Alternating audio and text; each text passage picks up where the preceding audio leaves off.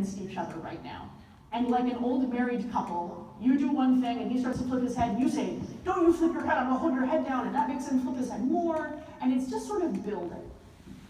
Have you ever ridden him in side reins or Vienna reins or any kind of auxiliary support rein? I think that's a terrific idea. I think that is a hugely terrific idea. And we can say what we want about draw reins, and there are plenty of ways to use draw reins badly, but any kind of auxiliary rein to just help. It's like the dressage version of a standing martingale. It just keeps his nose out of your face. Because when he gets to that point, it's like yelling at a brick wall. Do I see you again tomorrow? Yeah. Why don't we do that tomorrow? Because I think it just is going to help reinforce the good feeling for you.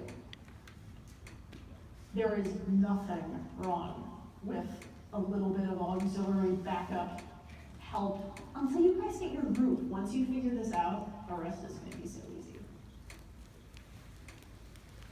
Yeah, he just goes there and she can really feel that connection on the right rein. That is how every little Fraulein in Germany learned how to ride. You go to any riding school in Bavaria or Dusseldorf, and there's a whole bunch of very pretty little Aryan 9-year-olds on ponies with no stirrups in side reins. That's how they learned how to ride. That also, I look at him and it's not like this is an underdeveloped horse by any stretch of the imagination, but he doesn't have a big muscular top line. And when he works in a good way, it builds the muscles that help him work in a good way, that help reinforce him working in a good way. I don't know how much you taught in Juliana's lesson, but I talk a lot about the default answer, the baseline answer. When he has a nice round muscled neck, it helps make his default answer to be in a round muscled kind of way. And if that can help you find that shape, then it's going to help everybody.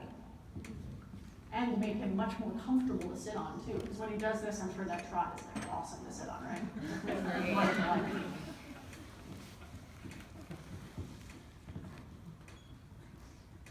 The pajama people of the internet bulletin board, my morning entertainment, reading the internet bulletin boards about dressage, will tell you that draw reins and side reins are terrible, and they're a razor blade in the hands of a monkey, and oh my God, we should all just be able to get on the horse straight out of the field and through classical purist principles, love, sunshine, and clear chakras and clean living, the horse will magically do the whole Grand Prix test using nothing more than a towel and a piece of baling twine, and if it's harder than that, you're doing it wrong. Planet Earth, where I live, has horses that aren't robots. He's figured out how to get you off his pace. He's figured out how to change the subject. And I would much rather stick you in some equipment that helps you be quiet and soft and get confident. Because he's not a bad guy. If he was going to buck you off, he would have done it already. Yeah. I got plenty of good guys who have bucked me off in the process of their development. But you look vaguely concerned that he might break your nose all the time, which is no fun. All right, I want to do one more set of canter transitions. And you are not wearing spurs. You are not carrying a whip or a cattle prod or, I don't know, firecrackers. Don't you be afraid to move your leg on this horse. Don't you be afraid to slide that outside leg back and say, I say canter now. You're not asking him to cure cancer or parallel park a Volkswagen in San Francisco. You're asking him to pick up the canter. You are allowed to tell it. Great, perfect.